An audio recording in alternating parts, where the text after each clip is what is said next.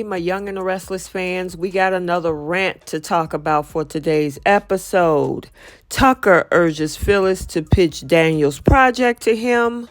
Victoria pushes Tucker's buttons, and Devon goes nuclear on Lily and Jill as he rejects their offer. Welcome back to CBS Soap Dish Recap as we recap everything CBS Soaps, both the Young and the Restless and the Bold and the Beautiful. This is your rant for the Young and the Restless for January 24th. And without any further ado, let's talk about this episode. So we start off over at Devon's penthouse, and Abby is over there once again. Man, I see Abby over there more than any lately than we've ever seen before, but we all know why. However, she came to drop off vitamins for Dominic, and then of course Devon is kind of looking out of space per se, because he got something on his mind.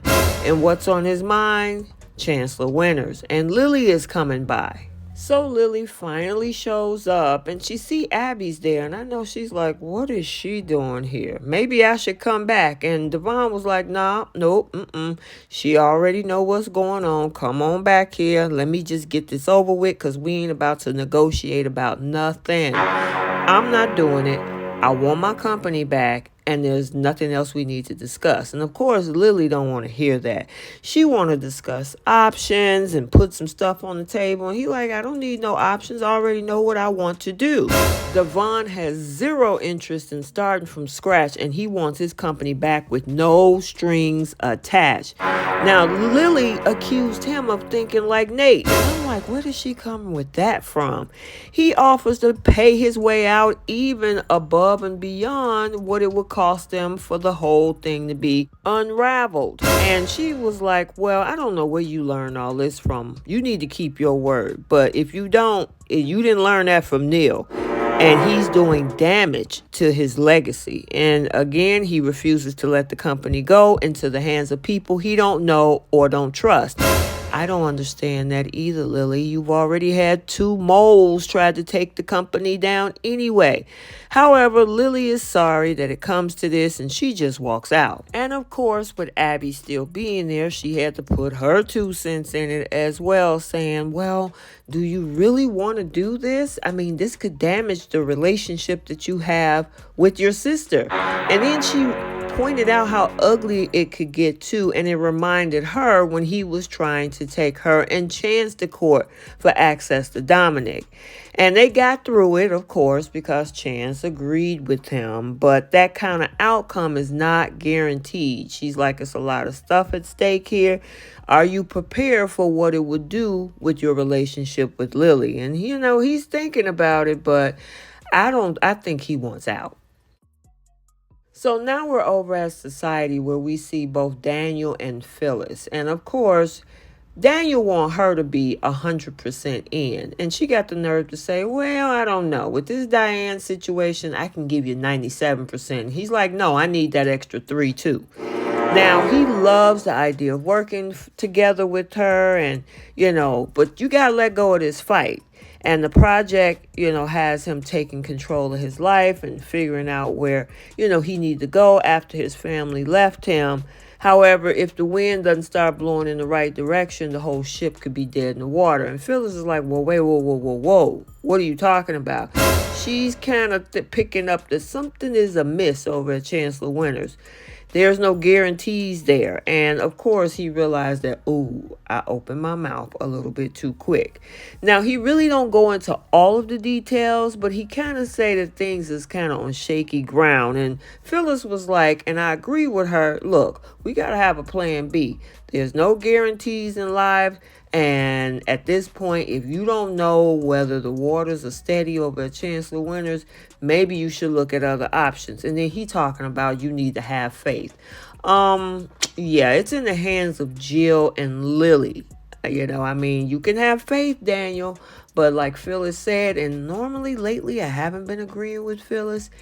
Yeah, you need to be able to prepare. That's what business people do. Prepare for the next outcome, because if it's shaky, It ain't looking good. And then Lily showed up all disheveled because of that whole nuclear conversation that she just had with Devon. And Phyllis is like, yeah, this is not where I think we need to be. We need some options.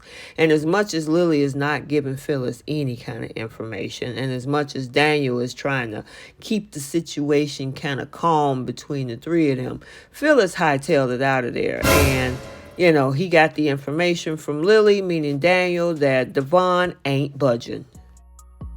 So now over at the Grand Phoenix, we see Tucker is moping. He's having flashbacks of his moments with Ashley, both the good ones, because remember they slept together, and the bad ones when she found out what he did to Devon and she hightailed it out to Paris. And of course, he was not happy about that. He's not talking to his son. Everything just imploded from how he started with that helicopter in Jack's backyard to now having nothing. And he smashed a glass up against the wall. He was that upset. And it did not help when he ran into Victoria over at Crimson Lights, because she threw some jabs at him talking about it's dinner time in Paris and Ashley must be basking and escaping him. And of course, he took it in stride. He was like, you know what? I'm flattered that you have been thinking of me so much.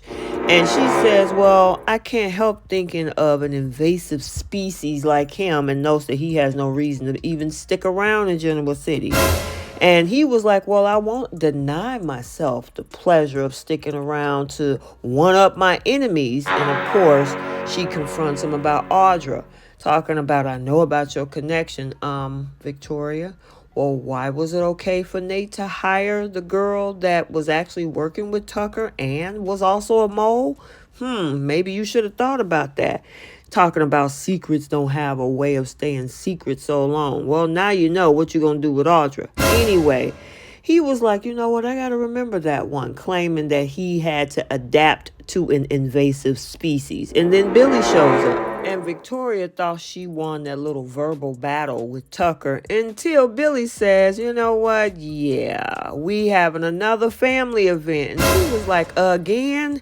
Not again. And she was like, wait a minute. I feel like I'm being spread too thin because of this whole situation. But Billy tells her that Johnny is planning it. And then the thing is she was like, come on. And now Billy says that Johnny is adapting so well. It's a testament to her parenting. And she's giving an incredible gift that can't be repaid. And he will always be there to do whatever is necessary with the kids.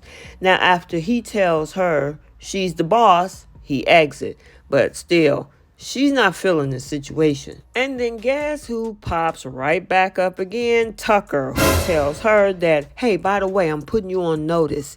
If Newman is going to be the next victim, you will be the last one to know. And I'm like, boy, Tucker is hilarious. Then Phyllis sashays into Crimson Lights, only to find, after getting off of a phone call calling Nate to see if she can pitch him Daniel's idea, Tucker's sitting there watching her and listening, and he guesses that her son isn't doing too well over at Chancellor Winters. And she was like, well, it may not be any of your business. And then he was like, well, maybe it could be, and it definitely should be. Now, Tucker tells her that she's built a wonderful hotel, and he knows that she can separate business from the personal. He urged her to see the big picture. Don't shop Daniel's project around when you can just talk to me. And yeah, I don't know what she gonna do with that answer because it left us with there. But if I was her, I would be like, let me think about it. No.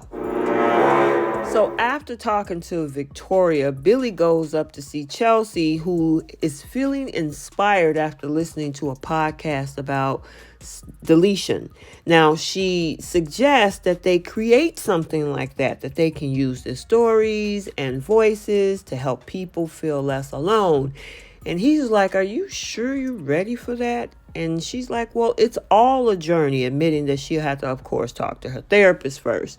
However, he agrees, but he also says that he finds it exciting and he's going to support her only if her therapist support her. And they talk about putting it all together, the logistics, and she asks if he really thinks that this idea is okay. He understood she wants to turn lemons into lemonade and she thinks it's important and wants to do it right. And he thinks that, you know what, this should be some fun for us, and especially since we will get to work on it together again. Yeah, I honestly think this probably is going to lead into maybe a romance for these two. Okay, so there you have it, your Young and the Restless rant for Tuesday, January 24th, 2023. Stay tuned for the bold and the beautiful recap also for today.